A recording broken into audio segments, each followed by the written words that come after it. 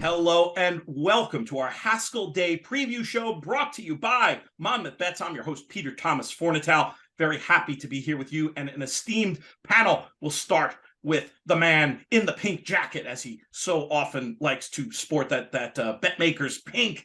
He is my co-host, really, for this show. The man with all the betting news. He is Dallas Baker. Dallas, how are things? Peter, hello. Lovely, mate. Great to be back online with you. It's been a while since we've done something together, but this is a really good Haskell and it's a really good race day. Won't hold everybody up. Looking forward to getting into it. We've got some great stuff coming up and a great team which you're about to introduce. Indeed. We will start with a woman whose work you've heard on our In the Money airwaves. She's an Eclipse Award winner and a fantastic analyst currently working for World Horse Racing. She's Naomi Tucker. Naomi, what's going on? Oh, good. Be joined Eclipse Award winner with you, might I add. Quite the honor, quite the honor. I was actually going to comment on some of people's backgrounds because Dallas has got a great background, but Pete, you're taking the cake there with the surfboard in the back. Does that get any use or? Don't ask me to get out on it. Just a nice decoration we have here. Naomi doing double duty today. Not only going to be giving her thoughts on the form, but also had a chance to talk to some of the key players in the Haskell itself. We'll be getting those tidbits in starting very soon. But first, must introduce a man whose work you know from InTheMoneyPodcast.com, from behind the microphone at Sam Houston, one of the most respected handicappers, form analysts, whatever you want to call him, in the business. He's Nick Tamaro. Nick, what's going on? I'm doing great. I don't have a salmon jacket or a surfboard or anything really to offer other than my opinion, which everybody's probably disappointed with by this point anyway. So it's all I've got. We mentioned the fine work Naomi has done in the run-up to this, talking to key connections. None more key than a man just intricately associated with the Haskell at this point. That's Bob Baffert. She starts off asking Bob to what prompted him to give Arabian Nights some time off before coming to this Haskell run. Well, actually, we had transferred him to a Tim Yak team, and he had him there, and I think he had like maybe a foot issue going, so they just stopped on him. I got him back, and I said, well, we'll just wait. And, he's running out of time, so we just freshened him up and thought we were trying to hopefully try to make the Preakness, but the timing just wasn't right. So I always had like the Haskell in the back of my mind that this would be the right spot for a horse like that. And he's the kind of horse that I like to give him extra time between races. I think he's, we'll find out this week. It's a really competitive field. I was just looking at it, go, wow, this is a good field. Yeah, you're up against the Kentucky Derby winner as well. So not an easy task to come back to, right? Well, it's an all-star cast, horses, jockeys, and trainers. I mean, you've got Richard Mandela, Cox, Atchison, Todd Pletcher, and myself, and some, you got the homeboys. They're always tough, and so it's you got Tapit Trice. On paper, he looks really strong, and it's the kind of race that they have to bring their A game, and so it's going to be probably one of the most competitive Haskells I've been in, and so it's going to be. I'm really excited about it. The horse shipped well.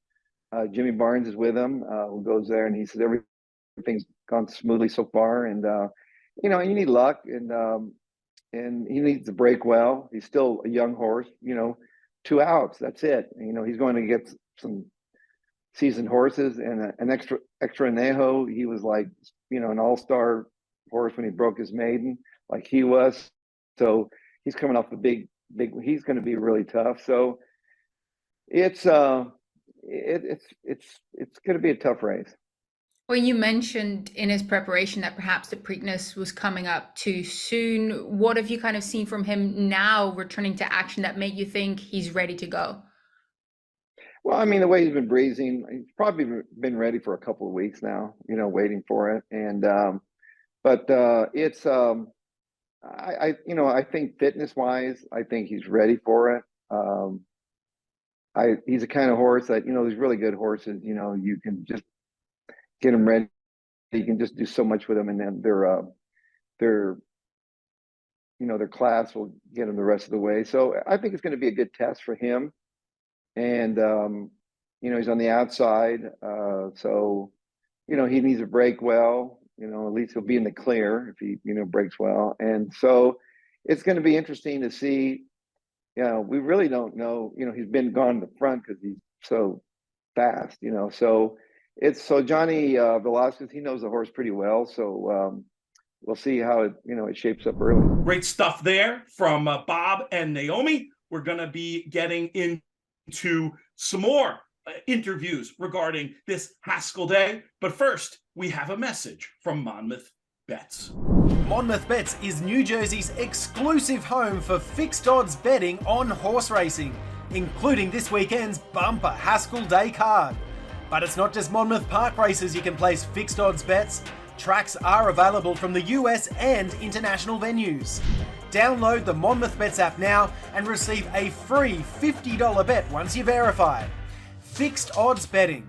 The odds you bet are the odds you get. Available in New Jersey only. Terms and conditions apply. See website for details. Monmouth Bets, the only place to bet online fixed odds horse racing in the US. We're excited about the Haskell. We're also very excited about our Bet Makers Bonanza, which the winner of the Haskell, Travers, and Breeders' Cup Classic, if one horse wins all three, there's $1 million bonus. Bet Makers has been good enough to put up. We're excited about the Bet Makers partnership with Fixed Odds. Fixed Odds has the potential for huge growth in the handle in this country, and we're happy to partner with Bet Makers here at Monmouth Park, as well as on our Monmouth Bets app. Good to hear from Dennis Drazen, such an important figure in really the sports betting and fixed odds landscapes. I wanted to ask you a question, Dallas, before we proceed, because Bet Makers, for whom you work and are who are really helping launch the fixed odds movement in the USA, do this really interesting promotional thing, the Bet Makers Bonanza. What can you tell us about that, Dallas? Well, it's what we started in the year 2020 when Authentic did win the Bonanza, a slightly different Bonanza of what it is. So basically what we put up is $1 million for any horse that can go on to win as it stands now. The Haskell, the Travers, and then onto the Breeders' Cup. Pretty easy to do. You can just, come and walk outside and just turn around and do that any day of the week. I mean, obviously it's a bit of a challenge, but it's also $1 million. So look, I think we've seen a couple of horses that have come, a couple of extra horses that have come to the Haskell, and 1 or 2 extra horses make such a difference to races like this. So we've got a fantastic partnership with Dennis Drazen and all the team at Monmouth. That's been pretty much where we started our major business in the US, and anything that we can do to support and work in unison with them, especially doing a Haskell Day preview. We're more than happy to, and always excited to do so. We will be back with an interview with one of our other key Haskell players right after this.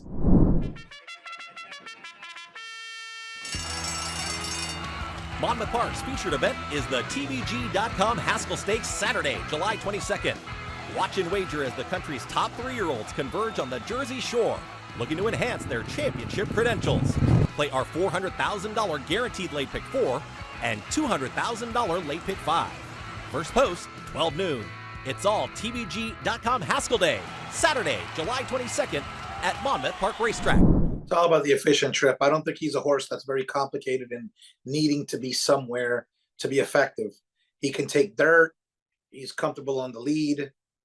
It's just about an efficient trip so that when he finds his rhythm and gets in a good rhythm, he can make his move. Went into the decision to go to the Haskell instead of, for example, perhaps go to Saratoga for a prep there. That is, of course, if the Travers is still the goal later in this season. Yeah, Monmouth Park has always been a forwardly placed favoriting track, and so is Gulfstream Park. They're both services have some similarities, and the turns at Monmouth are a little similar to the Thurbit Training Center where we're at at the moment. So it was a track that we felt he'd have more familiarity with, or at least be have a less period of adjustment to than going to Saratoga, which is a demanding track. We were not able to ship. We're not just dealing with Mage. We have obviously a couple barns of several stakes horses, and for them, with some commitments in Kentucky, we weren't able to ship them as a group to Saratoga earlier to get him more experience over the Saratoga track. So we felt it was just made more sense to come off the layoff after the Preakness at home, which is at the Thoroughbred Training Center, and to start getting him going from the Thoroughbred Training Center. And being that the Haskell falls 5 weeks before the Travers, it made the most sense to pick this race. We're focused on carrying the mantle of being the Kentucky Derby winner, and that means running in the big races. So as long as Mage shows us that he's ready to do it. We would have loved to have had 5 workouts instead of the 3 that he's put in, but weather and other circumstances didn't prevented us from getting that. So like for ourselves, it's just about getting the ball rolling. You know what I mean? Like the Haskell, many great horses have won the Haskell, and many great horses have lost the Haskell and run second and run third and gone on to have an amazing year. And that's our mentality. Just perform well, put in a quality effort, and keep it moving. Look, he's sound 100% ready to run. Is he cranked to the gills like he was before the Kentucky Derby?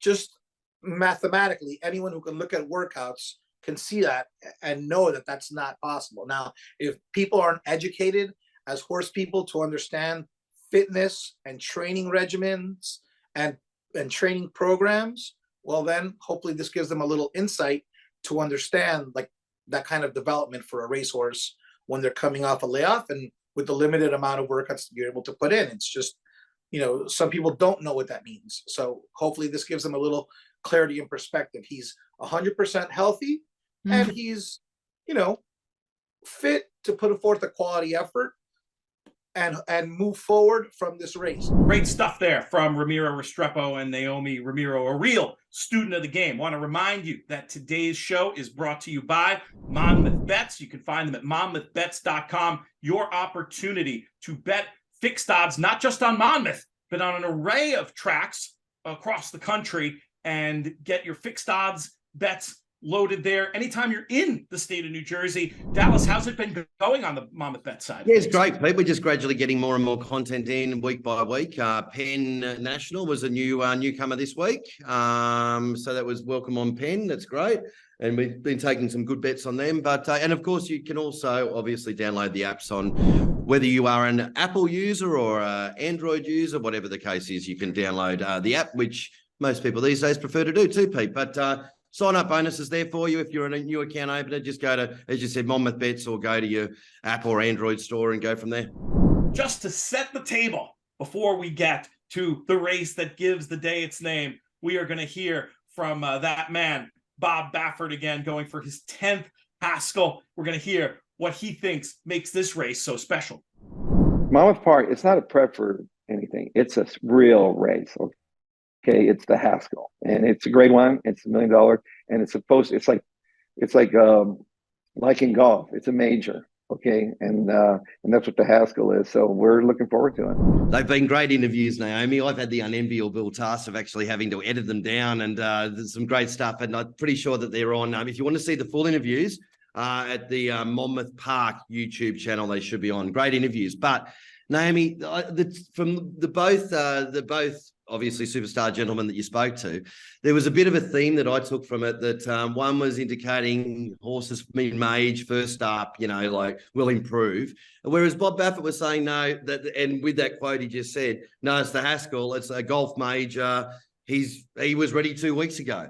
What was with you doing those interviews? Was that a sort of a take that you took from them? Well, that's quite interesting, isn't it? One person saying, look, it's a prep race. We're looking at the Travers. We're using the Haskell as a step up because it suited us better. Whereas Baffert is going, this was the goal all along. This horse was ready to fire 3 weeks ago. We are here to win our 10th Haskell. So from a betting point of view, if you are looking at this field, you might want to take that into account, that Arabian Night is firing on all four cylinders, and Mage is still developing and continuing in that kind of upward trajectory. Now, thing is though, you start looking at the formula, but Mage is the Kentucky Derby winner, so it's really tough to really pinpoint what you want to do with that. I mean, clearly Bob Baffert has a tremendous record in this race, so if he says he's ready to win it, kind of got to take his word for it, right? Absolutely. Nick, I want to ask you what you think as a horse player when you hear quotes from Ramiro, from the trainer, and they're almost building in that excuse before. So I don't know if it's to reduce expectations, if it's to help in the Eclipse campaign, whatever it is. But as a horse player, do you take that seriously, or do you think they're just, sort of the old college football thing, godding up the opponent just in case they lose? Half and half. Yeah. You try to sort of listen in between the lines, if you know what I mean. Because I've spoken to so many trainers over the years that just taking their word for it, they don't always know either, right? It's still horse racing. Anything can happen. So do I completely adjust my betting strategy for it? No, I don't. No, I do look at just what's on paper, what I've seen, and what I'm thinking. Now, does that mean I might be wrong? Sure, but I'd rather be wrong than taking someone else's word and then they're wrong. I'd rather blame it on myself. So and I think that's the whole part of it. And I know we're running behind time, but I think that's the whole thing is that, we've got great people on this panel that can provide wonderful information, but it's how you decipher it. And I think it should always come back to your own work and your own decisions. Okay, well, what do you want to hear from that trainer? The trainer says, I think the horse will win. Well, whoopie whoop, great. Everyone does. But I thought that having 2 extra works as opposed to 1 was critical. Did it get those 2 works? Is that what I was looking for from the trainer as well too? What are you actually looking for out of it rather than just the fluff? And as Naomi said, read between the lines. Anyway, sorry. Nick, what do you make of Mage in general and this debate we're having about the readiness situation? I mean, at risk of sounding overly harsh or flippant, I just assume every time I hear a trainer talk, they're lying. Because I just don't see what benefit they have. Big shout out to all our trainer friends. I mean, they don't get much out of telling the truth. So, I mean, in this scenario, Ramiro's setting himself up beautifully, and of course, he's a mutual friend of ours for maybe a Miami mayoral run, because it's like the perfect political statement, right? If the horse wins, it's, oh my God, he won and he wasn't even great. And if he loses, it's, oh gosh, he lost because it was a prep. So, I don't think that, I mean, I'm being cheeky, but I don't think they put the saddle on him without thinking he could win. But I also understand that the Travers is the race that they covet. I have a hard time believing he's anything less than 100%. I think he's probably pretty darn close to it, if not. So I'm looking forward to seeing the showdown, and I think the banter beforehand is a lot of fun, and I'm glad that we were able to get so much of it captured by Naomi. Arabian Night. Let's talk about his credentials. Speed figure wise, this is the horse to beat. Experience wise, you can argue he's got something to find. Naomi, we'll bring you back in. Where do you ultimately land on Arabian Night's chances in this year's Haskell? I went back and forth quite a bit in this race, because I was like, I either go all the way with Arabian Night, everyone's hyping him up to be that star 3-year-old on the West Coast, or I'm gonna go, you know what, let everyone put their money on him. I'm going to hope that this is a little bit out of his league. He's still, he's still developing. He hasn't really faced what some of the others have faced yet. And I'm going to go against him. And that's what I'm doing. I'm going against the Arabian Night. All right. We'll get to your verdict as the conversation. Okay. Well, I mean, I suppose the debate is how good are the 3-year-olds? And I always feel like, as the Australian coming in here, if I criticize the 3-year-olds, it's almost, how dare you sort of thing. But are the 3-year-olds any good this year? Let's just be like Nick just was very brutally honest. Let's be brutally honest. Are they any good? Nick, we'll let you answer that one first. Not particularly. They're okay. They're probably a little bit better than okay. Not much more than that. I mean, speed figure wise, they're a ragtag bunch. There's really been nobody that stepped forward. But, I would have answered the same way a year ago.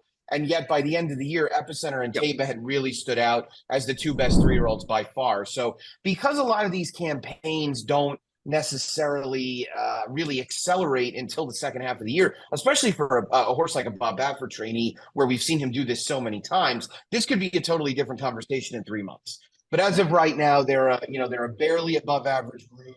They're a slow group in general, speed figure wise. But I mean, Naomi said Arabian Nights making his third start, right? Arcangelo has run 4 times. Mage is still very lightly raced. So these are horses that could all end up taking a pretty clear step forward, and I think we could be maybe singing a slightly different tune in the future. I think implicit in Dallas's question is the idea that, the more average you think they are, the more you're going to be excited about Arabian Night based on what he's shown. Am I right with that? That was exactly what I was going to say, Mr. Fornatal. Yes. But does that mean so in your view, do you think this is an Arabian Night? Moral, special, certainty, wins by 6. Really? Yeah. Look, I went through all the tapes last night and had a look at it. Mage won the Derby, getting the right run at 15-1. Tappet, getting my tappets confused. It was, always in the market, sort of had a bad run, but whatever. It's sort of always been there about. I just got less and less impressed by looking through the classics, and then I just saw Arabian Night. And I just saw in that last that last furlong or sort of a part where it just showed that probably 4 strides, a real big acceleration where it bang, bang, bang. And I thought, okay, that might be something there. So, yeah, I mean, I might be over the top moral declaring it a certainty or whatever, but may as well make some noise. But I just think different form. I really like what Bob Baffert said. And I'll go back to last year when Tiber was there. I remember interviewing Bob about it as well, too. And he, at that time, he sort of indicated that Tiber was probably a week or 2 early for it. So it's not like he's come in and just been, building it up, but because this time last year he said it wasn't ready, or wasn't as ready as it should be, or he would have liked it. So from what I heard from Naomi's interviews and all that, I'm Arabian Night for sure. And what we'll do, on another show we used to do a How to Speak Australian segment. We'll go to that here. Moral is basically their version of Mortal Lock, I think is the US number in the frame. Don't even worry about it. Race is over. Just don't lose your ticket. That's the only thing you got to worry about. Tappet Trice, who Dallas mentioned, another key player in here, looking at this market, and a horse I feel like we have to discuss. I feel like he has shown greenness in every race, and I feel like it's one of these things you can read it either way. Maybe you just don't want to deal with a horse that seems physically incapable of running behind another horse, or maybe you say, if this guy grows up, as Tappet horses often do, maybe he could take a step forward. Are you buying the case for Tappet Trice, Naomi, in the Haskell? I'm buying it to try and create value. Is that a really horse players kind of terminology that I'm using it? I'm buying it because what I'm doing is trying to create value against Arabian Night going to receive a fair bit of money. Now, I did see Tappet Trice in the flesh at the Belmont as well as at the Bluegrass. Belmont, of course, going that 1.5 miles. We're now cutting back again to, I think, a distance that's fine for him as well, that 1.8 miles. I love this Bluegrass run. I actually thought he was very strong there at that last bit against Verifying, the 2 going head to head. I thought it was pretty professional there. So I wouldn't put it past him to show up and to do well enough. Is he my pick to win? No. Do I use him underneath because I want to create value? That's what I'm doing with him. And Pete, can I just add in there too? Yeah, of course. There's no real specific lead up to the Haskell, but obviously, the Derby and the main races are. The amount of times that I've watched a feature race, like a grand final or something like that, and you walk away and go, oh yeah, of course, the favourite in the lead up. It might have got beaten or whatever, but it's come out. Then you've let it go around at 12-1 in the race before. It was 2-1. It comes up and you look at it and go, yeah, of course, the favourite in the lead up. It's so yeah. I think with Tappet Trice, that's where he gets really, really good marks. Is that he's been close enough to the top of the market in all of those races. Nick, there's a couple of interesting mid prices in here we haven't talked about yet, in the form of Extra on Yeho and Go Rocket Ride, even Salute the Stars in the betting. What do you think of any of their chances? Well, I mean, look, I'm going to need to be resuscitated if Tappet Trice wins this race. I mean, I will be absolutely stunned. This is just so not his game. This is a horse also that came back and worked twice, missed a work, had a work. then ended up going here. It feels like a total afterthought to me. I think he's kind of a takeout killer at 3-1. I think Salute the Stars of that trio is the most interesting. And I know he's going to need to improve again. He ran a heck of a race in the Pegasus, the baby Pegasus, so to speak, in breaking poorly, getting into some early trouble. You know, Kingsbarn's had as soft a trip as you could possibly have, and he wore him down very nicely. Now, this is a huge jump in class. But I like that Brad Cox is sticking with with what he's doing, running this horse back at Monmouth. He ran well there. Joel's a good fit. Joel is going to just take this horse back and basically bank on somebody pushing Arabian Night. And if nobody does, then Joel's going to ride for second. And so this is, to me, if you're looking to bet the exacta and you don't like Mage, you're kind of one punching the 8-3 here. I think that Extrañejo is a good horse. I don't really love the idea of him at 1 1/8 in a race where he's probably going to have to chase Arabian Night for the first half mile or so. I just don't think that's a big recipe for success for him. Go Rocket Ride drew poorly. Otherwise, is a talented horse. Does have the ability to sit just a little bit off the pace. One win for Richard Mandela east of the Mississippi in the last 5 years. I know he doesn't do it much, but just not really his comfort zone shipping outside of California. We're going to get to our verdicts on the Haskell, and we've got some more great content for you coming up. But first, I think we should take a look at this speed map for the Haskell. Dallas, you seem like the one with the absolutely strongest opinion here. How does the pace map back up your idea? Yeah, I mean, look, you don't want a horse to be bustled. I mean, I think over anything when you're getting out to beyond a mile, you definitely just want to be able to jump. I just like horses to be able to jump and flop. So, whether they're a leader or not, whatever it is, just get comfortable early. The outside draw from the leader, there's a long enough run to the straight. So like if something in the inside wants to kick up, don't be silly, just sit outside lead. I think Arabian Night can do that. If he gets an easy, I would be most comfortable if he got an easy lead. But I just don't want to. I would hate if there was a little bit, even the slightest bit of pressure around the first bend, and jockeys getting a bit egomaniac about who's going to lead and who's not. I hate that. So and especially in such a pressure race as the Haskell, I would much rather see him slot in if there's something kicking up and wanting to Yahoo. Who do you think gets the lead here early, Naomi? Do you think Arabian Night can clear? I think they're going to try. I think they're going to try. That's kind of what Bob highlighted as well. And look, he's got Johnny Velasquez on board, right? Hall of Fame rider for a reason. He's going to try. And if it doesn't work out, I'm sure he's going to just sit on the shoulder of Go Rocket Ride or whoever ends up on the lead if he doesn't. But he's on the outside. So there's no way anyone's going to end up going around him and pressuring him. I think that's a benefit for him. Bob did say he didn't really like the outside because then you have to come over, which, yeah, is the case. But I guess the benefit is that nobody's going to be breathing down your neck. You can be the one dominating. And I think that as a jockey gives you options, right? You can intimidate a horse on your inside a little bit. Now, look, he's got Mike Smith on Go Rocket Ride. So I think we've got two very experienced Hall of Fame riders here. So I don't think you can intimidate Mike Smith that much. But still, from that kind of tactical point of view, I'd say that's probably what Johnny's going to try and do, is try and come over, try and clear. If it doesn't work, it's horse racing. He'll probably be trying to intimidate Go Rocket Ride or anyone who's on his inside. And I think it's fair to say Johnny V is probably one of the best controlling riders, whether that's in the lead or outside lead. I think he controls the situation as good as anyone in the country.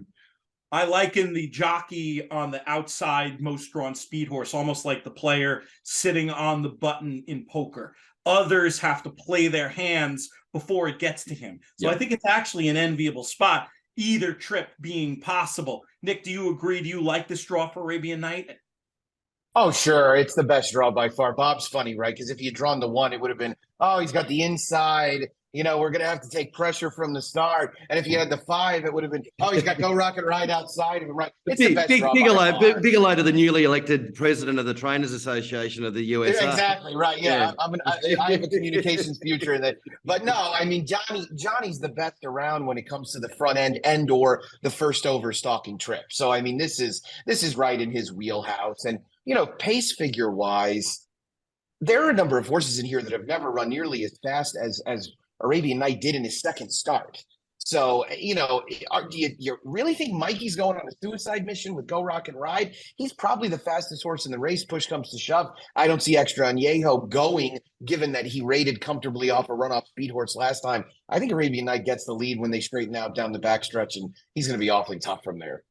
Let's get to the verdicts on this year's Haskell. Dallas, you've already tipped your hand. Naomi, how are you going to play this?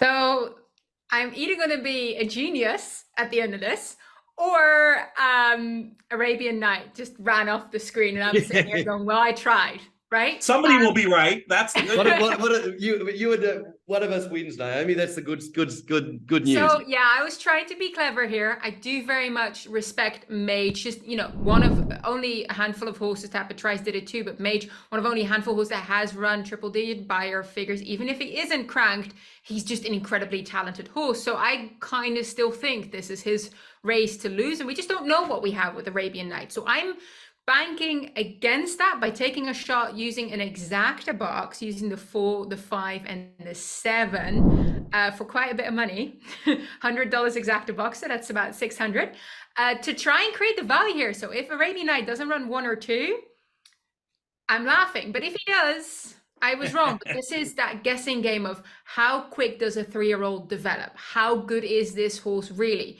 We don't know. He could indeed be the star of the 3-year-old crop. Nick mentioned there hasn't been like a standout horse yet. But I'm going with taking a stab in looking at the market and looking how it's shaping up at present, because I think Arabian Night is the favorite and will continue to take all the interest. Nick, let's hear your final answer.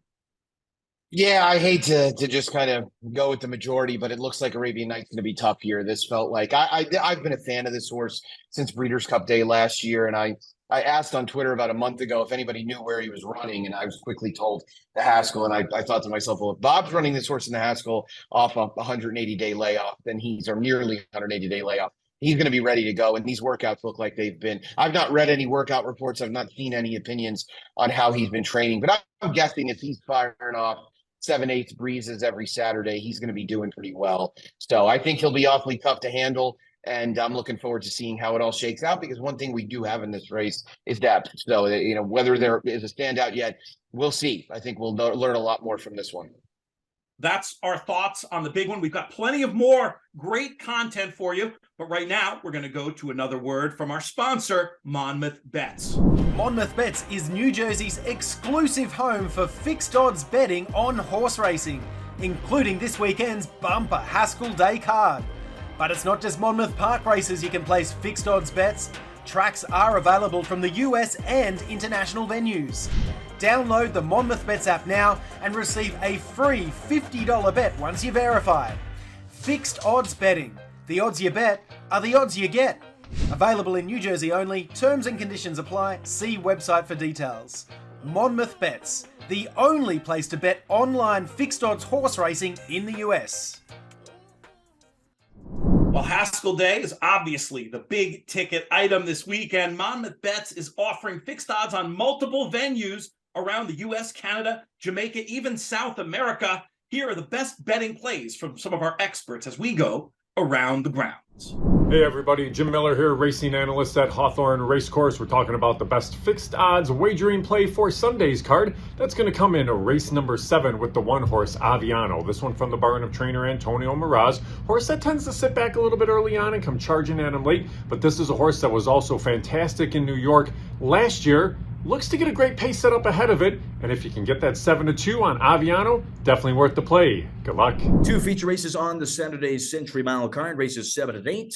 7th race is the 38th running of the Count Latham. My best bet for that one will be 6-1 for Chap. Taking a big drop in class here for the $50,000 stake race. Was 7th in a $125,000 stake race, and will like the improvement with the extra 2 furlongs in this one. And with the 8th race, the 62nd running of the Century Mile Handicap, I went with the 3 Masquerades. Was wide throughout the race and just got nosed out at the end. Is it going to be as wide? Going to be a lot closer to the pace. And I expect this one in the winner's enclosure. Once again, 6-1 for Chap in race 7 and 3 Masquerades in race 8. We're going to the nightcap. I'm not really a fan of betting $1.80 fixed odds price or $1.80 price in any form. But Lure of Lucy, number 11, is just clearly the best horse in the race, best post position in the race, quickest horse in the race, looks great at exercise relative to a lot of these, and should have a simple task here. So we will go with $1.80, even though we're not a fan of $1.80s, just because she is just the best horse in the race. And sometimes that's all you have to do, bet the best horse in the race, regardless of the price. Race 5, I love the one, Kid You Not. I'm probably going to do a 1-6 and a 1-5 cold exacta here, but Kid You Not is the lone speed of the race. Here in U.S. racing, if you're lone speed, it might be tough to catch. This horse has seen better competition at Fairgrounds and Churchill Downs. Won nice last time out, about 2.5 length winner at odds of 5-2. Because of the way our odds set up here, I'm expecting about 5-2 again here today. Grade 1 action is up next in the form of the United Nations. We're going 1 mile and 3/8 on the turf. Looks pretty competitive at the top of the market. Nick, we'll start with you. Just generally speaking with this race, are you thinking you're interested in one at the top of the market, or are you looking at something at a little bit more of a price?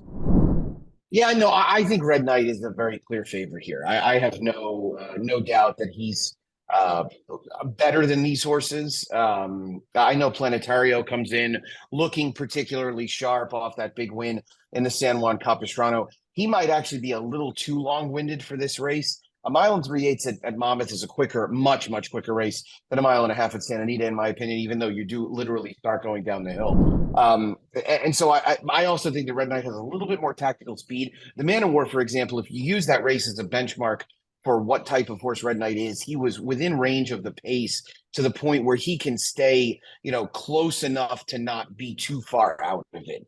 And I think that'll prove a big advantage. I did not realize first go round how well he ran in the Manhattan. You say he ran 4th beaten 4 lengths in a turf race. How could he have run that well? That was a race, of course, where the winner won by almost 3. I mean, up to the mark, buried the field that day. He essentially lost a photo, or he was 1.25 lengths behind a photo for second. So he really didn't run poorly at all. And I think he's a horse that, again, distance-wise, he's getting to what he does best. I think class-wise, he's also kind of a standout to me. Before we get out of here, I want to show in graphic form the plays that our experts have come up with on the show here. And let's take a look at that right now. You can see how Naomi and Nick are going to go head-to-head here and spend some of their money across this loaded Haskell Day card with all these stakes and great betting opportunities from our friends at Monmouth Bets, monmouthbets.com. We encourage folks to sign up. There's even a little bonus offer now, Dallas, for new Monmouth Bets signups. How does that work? Very easy, Pete. Just get on, verify your account, and you got a free $50 bet. So, like, if you are in New Jersey, whatever you think about fixed odds or whatever, you might as well just grab a $50 free bet and never come back if you don't like it. But give it a try. Look, I mean, it's great fun. I mean, the element of fixed odds just puts such a different layer into how you assess racing. Like, we're here talking about the value, the price, and like Naomi was saying, like looking for some value in races and all of that, and it just puts such it just adds more excitement to it, and it just really is the grabbing of people where it really can gravitate towards and get really hardcore racing fans who enjoy betting and enjoy the skill of trying to win on the punt. We are just about out of time. Does anybody have any closing thoughts for our audience before we get out of here? Yeah, go sign up at Monmouth Bets, right? Get involved in fixed odds betting. It's a new wave that is ready for you. Get on board. And don't forget the app or the App Store or the Android, whatever you're using to, if you want to use an app rather than the traditional website. Well, like you said, fixed odds allows you to lock in that value. So if you have a strong opinion and you think that the odds actually are, way too high for the chances the horse have, lock it in now, because that's where you secure the value. That's obviously something that you can't do with the tote pools when it's commingled. But with the fixed odds, you can basically do whatever you want and it's locked in. which is awesome. How does the phrase go, Dallas? The odds you bet are the odds you get. I've said that once or twice on We've the said In the it Money. once or twice, Pete. Yeah, lovely. Yeah. And I'm thinking you've got your normal sign off with may the photos go your way or whatever. Something like, hey, that's my line. We can't have you steal. Well, may everybody get the best odds. How about that? For Nick Tamaro, for Naomi Tucker, for Dallas Bakers, and our friends at Monmouth Bets and MonmouthBets.com and the Monmouth Bets app. I'm Peter Thomas Fornatel. May you win all your Haskell Day fixed odds photos.